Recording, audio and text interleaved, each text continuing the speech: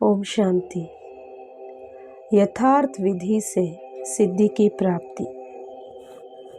क्या अपने में विधि द्वारा सिद्धि की प्राप्ति समझते हो?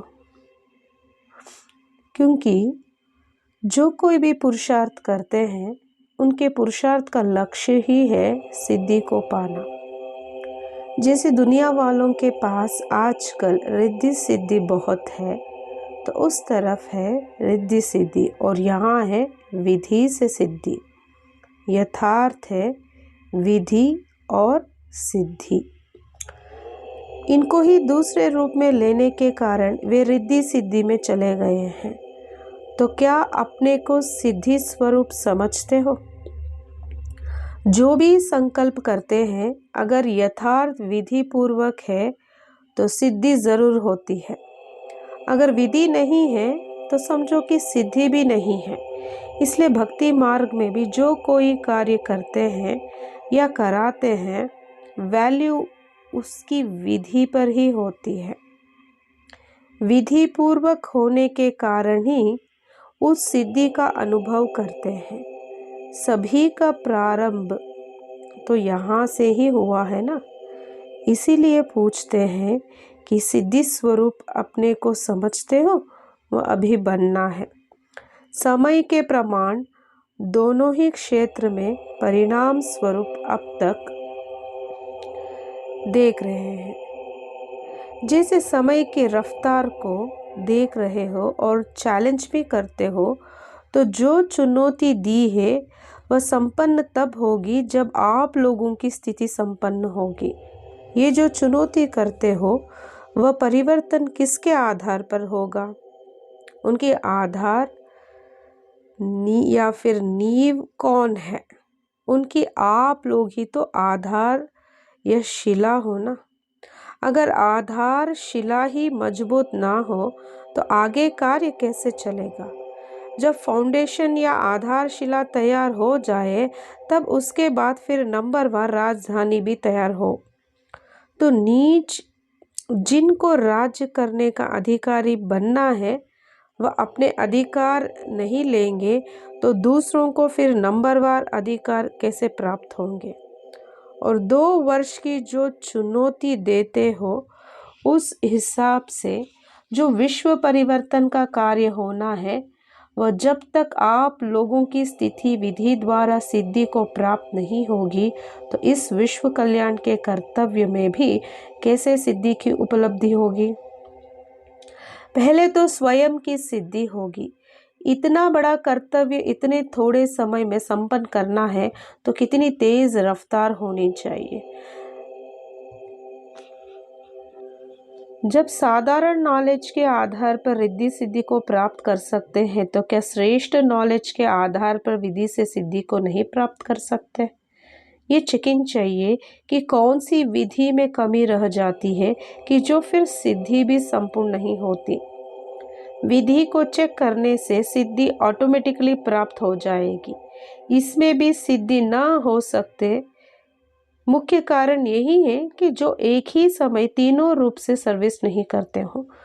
तीनों रूपों और तीनों रीति से एक ही समय करना है। नॉलेजफुल, पावरफुल और लवफुल। इसमें लव और लॉ ये दोनों साथ साथ आ जाते हैं। इन तीनों रूपों से तो सर्विस करनी ही है, लेकिन इन तीनों रीति से भी करनी है, अर्थात मनसा, वाचा और कर्मणा। इन तीनों ही रीति से और एक ही समय इन तीनों रूपों से करनी है। जब वाणी द्वारा सर्विस करते हो तो मनसा भी पावरफुल हो। पावरफुल स्टेज तो उसकी मनसा को भी चेंज कर देंगे और वाणी द्वारा उनको नॉलेजफुल बना देंगे। और फिर कर्मणा द्वारा अर्थात जो भी उनके संपर्क में आते हैं तो उससे संपर्क ऐसा लवफुल हो कि जो ऑटोमेटिकली वो स्वयं महसूस करे कि ये कोई अपने ईश्वरीय परिवार में ही पहुंच गया है और अपनी चलन ही ऐसी हो कि जिससे वो स्वयं महसूस करे कि वास्तव में ये ही मेरा असली परिवार है। अगर इन तीनों रीति से उनकी मनसा को भी कंट्रोल कर लो तो वाणी से नॉलेज दे, लाइट माइट का वरदान दो और कर्मणा अर्थात संपर्क द्वारा अपने स्थूल एक्टिविटी द्वारा ईश्वरीय परिवार का अनुभव करावो, तो क्या इस विधि पूर्वक सर्विस करने से सिद्धि नहीं होगी? कारण कि आप एक ही समय में तीनों रीतियों और तीनों रूपों से सर्विस नहीं करते हो। जब आप वाचा में आते हो तो मनसा जो पावरफुल होनी चाहिए वो नहीं होती है, वह कम हो जाती है। और जब रमणीक एक्टिविटी से किसी को भी संपर्क में लाते हो तो भी मनसा जो नॉलेजफुल होनी चाहिए वो नहीं रहती है। तो एक ही समय यदि ये तीनों इकट्ठी हो तो सिद्धि ज़रूर मिलेगी। अब इस रीति से सर्विस करने का अभ्यास और अटेंशन चाहिए। आप उनके संबंध में नहीं आते हैं, अर्थात डीप संपर्क में नहीं आते हैं, सिर्फ ऊपर ऊपर के संपर्क में ही आते हैं। परंतु वो ऊपर ऊपर का संपर्क अल्पकाल का ही होता है। भले लव में लाते भी हो लेकिन लवफुल के साथ पावरफुल भी होना चाहिए, ताकि उन आत्माओं में भी पावर भरे, जिससे कि वो समस्याओं का, वायुमंडल का, वाइब्रेशन का सामना कर सदा काल संबंध में रहे। लेकिन वो नहीं होता। ये तो वे नॉलेज पर आकर्षित होते हैं या फिर लव पर होते हैं। ज़्यादातर वे लव पर ही आकर्षित होते हैं, फिर सेकंड नंबर में नॉलेज पर। लेकिन पावरफुल स्टेज ऐसी हो जो कोई भी बात सामने हो तो वो हिले नहीं। अभी केवल ये कमी है। जो सर्विसेबल निमित्त बनते हैं उनमें भी नॉलेज ज़्यादा है और लव भी है, लेकिन पावर कम है। पावरफुल स्टेज की निशानी क्या होगी? एक सेकेंड में कोई भी वायुमंडल या वातावरण को, माया की कोई भी समस्या को ख़त्म कर देंगे। वे कभी हार नहीं खाएंगे। जो भी आत्मा या समस्या का रूप बनकर आती है वो उनके ऊपर बलिहारी हो जाएगी, जिसको दूसरे शब्दों में प्रकृति दासी कहे। जब 5 तत्व दासी बन सकते हैं तो क्या मनुष्य आत्मा या बलिहारी नहीं जावेगी? तो पावरफुल स्टेज का प्रैक्टिकल स्वरूप ये है। इसीलिए कहा कि एक ही समय तीनों रूप से सर्विस करने की जब रूपरेखा बन जाएगी तब हर एक कर्तव्य में सिद्धि दिखलाई पड़ेगी। तो विधि के कारण सिद्धि हुई ना। विधि में कमी होने के कारण ही सिद्धि में कमी है। अब सिद्धि स्वरूप बनने के लिए इस विधि को पहले ठीक करो। भक्ति मार्ग में करते हैं ना साधना, यहाँ है साधन। साधन कौन सा? बाप दादा की हर एक विशेषता को अपने में धारण करते करते विशेष आत्मा बन जाएंगे।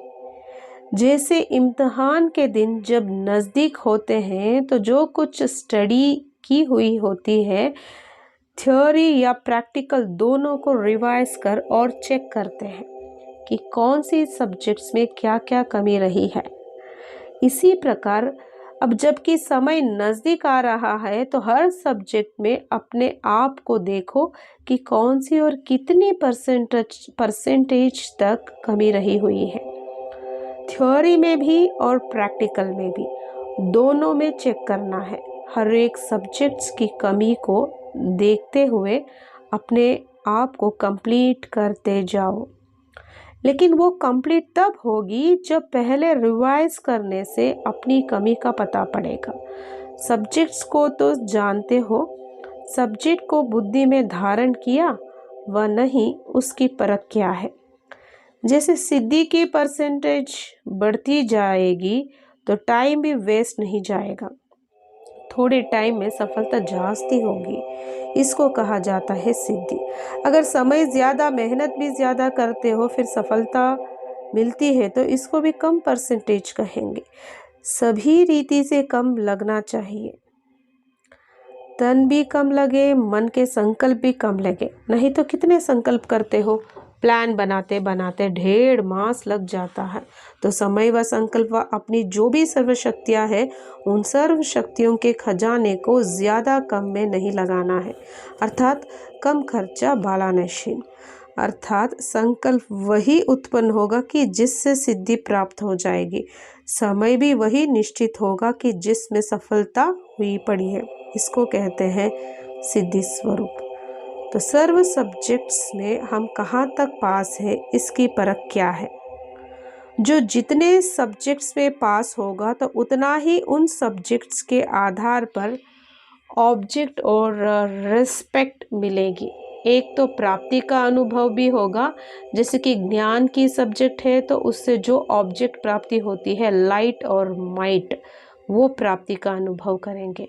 उस नॉलेज के सब्जेक्ट के आधार पर रिस्पेक्ट भी इतनी मिलेगी ही, चाहे दैवी परिवार से चाहे अन्य आत्माओं से। जैसे देखो आजकल के महात्मा हैं, उनको इतना रेस्पेक्ट क्यों मिलती है?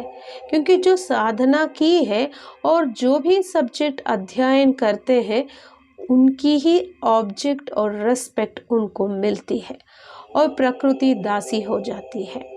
तो ये एक ज्ञान की बात सुनाई, वैसे योग की भी सब्जेक्ट है, उनसे क्या ऑब्जेक्ट होनी चाहिए? योग अर्थात याद की शक्ति द्वारा ऑब्जेक्ट प्राप्ति होनी चाहिए। वो जो भी संकल्प करेंगे वो समर्थ होगा, और जो भी कोई समस्या आने वाली होगी उनका पहले ही योग की शक्ति से अनुभव होगा कि ये होने वाला है। तो पहले से ही मालूम होने के कारण वे कभी भी हार नहीं खाएंगे। ऐसे ही योग की शक्ति के द्वारा अपने पिछले संस्कारों का बोझ खत्म होता है। कोई भी संस्कार अपने पुरुषार्थ में विघ्न रूप नहीं बनेगा। जिसको नेचर कहते हो वह भी विघ्न रूप नहीं बनेंगे पुरुषार्थ में। तो जिस सब्जेक्ट को जो ऑब्जेक्ट के वो अनुभव होनी चाहिए। ऑब्जेक्ट है तो इसका परिणाम रिस्पेक्ट जरूर मिलेगी। आप मुख से जो भी शब्द रिपीट करेंगे वह जो भी प्लान बनाएंगे वो समर्थ होने के कारण उसे सभी रेस्पेक्ट देंगे। अर्थात जो भी एक दूसरे को राय देते हो तो उस राय को सभी रेस्पेक्ट देंगे क्योंकि समर्थ है। इस प्रकार हर सब्जेक्ट को देखो। दिव्य गुणों की व सर्विस की जो सब्जेक्ट है तो उसकी प्राप्ति ये है कि नज़दीक संपर्क और संबंध में आना चाहिए। नज़दीक संबंध और संपर्क में आने से ऑटोमेटिकली रेस्पेक्ट ज़रूर मिलेगी। ऐसे हर सब्जेक्ट की ऑब्जेक्ट को चेक करो, और ऑब्जेक्ट की चेक करने का साधन है रेस्पेक्ट। अगर मैं नॉलेजफुल हो तो जिसको भी नॉलेज देती हूँ क्या वो इस नॉलेज को इतना रेस्पेक्ट देते हैं?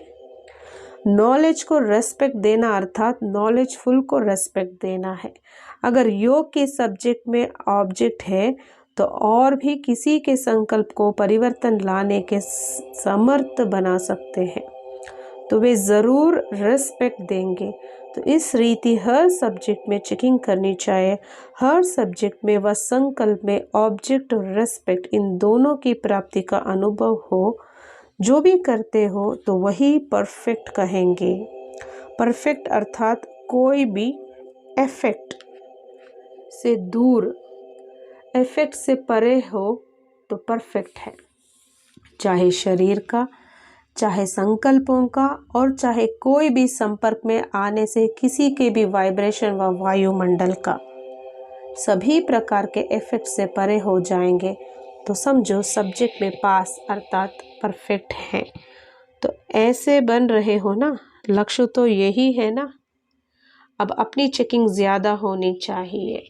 जैसे दूसरों को कहते हो कि समय के साथ स्वयं को भी परिवर्तन में लाओ, वैसे ही सदैव अपने को भी ये स्मृति में रहे कि समय के साथ साथ स्वयं को भी परिवर्तन में लाना है।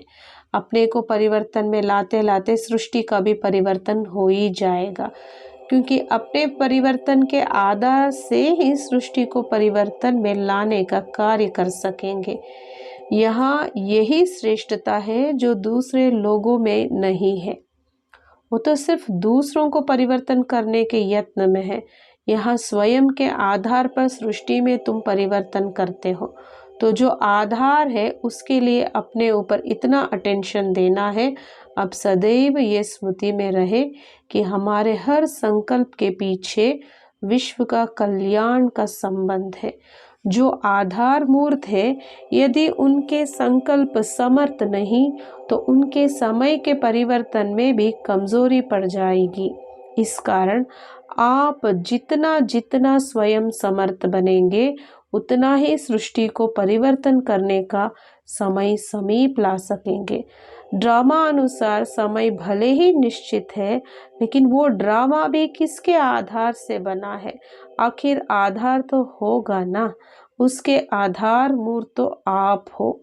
अभी तो आप सभी की नज़ारों में है। चैलेंज किया है ना 2 वर्ष का। जब ये बातें सुनते हो तो थोड़ा थोड़ा संकल्प चलता है कि अगर सचमुच विनाश नहीं हुआ तो ये भी हो सकता है कि 2 वर्ष में ना हो। ये संकल्प रूप में क्या नहीं चलता है। चलो सामना कर लेंगे, ये दूसरी बात है। इसका मतलब हुआ कि संकल्प में कुछ है तब तो आता है ना। बिल्कुल आपको पक्का है कि 2 वर्ष में होगा। अच्छा समझो, आप लोगों से कोई पूछते हैं कि विनाश ना हो तो क्या होगा, फिर आप क्या कहेंगे? जिस समय समझते हो तो वो स्पष्ट समझाना चाहिए कि ऐसे नहीं कि 2 वर्ष में कंप्लीट विनाश हो जाएगा। नहीं, 2 वर्ष में ऐसे नज़ारे हो जाएंगे कि जिससे लोग ये समझेंगे कि बराबर ये विनाश हो रहा है और विनाश शुरू हो गया है। एक बात सहज लग गई तो दूसरी बात सहज लगेगी ही। विनाश में समय तो लगेगा ना। जब स्वयं संपूर्ण हो जाएंगे तो कार्य भी संपूर्ण होगा कि सिर्फ स्वयं ही संपूर्ण होंगे। एडवांस पार्टिका का क्या कार्य चल रहा है? आप लोगों के लिए आज सारी फील्ड तैयार कर रहे हैं। उनके परिवार में जाओ ना जाओ, लेकिन जो स्थापना का कार्य होना है उसके लिए वो निमित्त बनेंगे। कोई पावरफुल स्टेज लेकर निमित्त बनेंगे। ऐसे पावर्स लेंगे जिससे स्थापना के कार्य में मददगार बनेंगे। आजकल आप देखेंगे दिन प्रतिदिन न्यू ब्लड का रिगार्ड चलता है। जितना आगे बढ़ेंगे उतना छोटों की बुद्धि काम करेगी, जो कि बड़े की नहीं। बड़ी आयु की तुलना में तो फिर छोटेपन में सतो प्रधान रहती है। कुछ ना कुछ प्यूरिटी की पावर होने के कारण उनकी बुद्धि जो काम करेगी वो बड़ों को भी नहीं करेगी। ये चेंज होगी। बड़े भी बच्चों की राय को रिगार्ड देंगे। अभी जो बड़े हैं वो समझते हैं कि हम तो पुराने जमाने के हैं, आजकल के हैं, उनके रिगार्ड ना देंगे और उन्हें बड़ा समझ नहीं चलाएंगे तो काम नहीं चलेगा। पहले बच्चों को रौब से चलाते थे, अभी ऐसे नहीं, बच्चों को भी मालिक समझकर चलाते हैं। तो ये भी ड्रामा में पार्ट है। छोटे ही कमाल कर दिखाएंगे। एडवांस पार्टी का तो अपना कार्य चल रहा है, लेकिन वो भी आपकी स्थिति एडवांस में जाने के लिए रुके हुए हैं। उनका कार्य भी आपके कनेक्शन से चलना है। अच्छा, ओम शांति।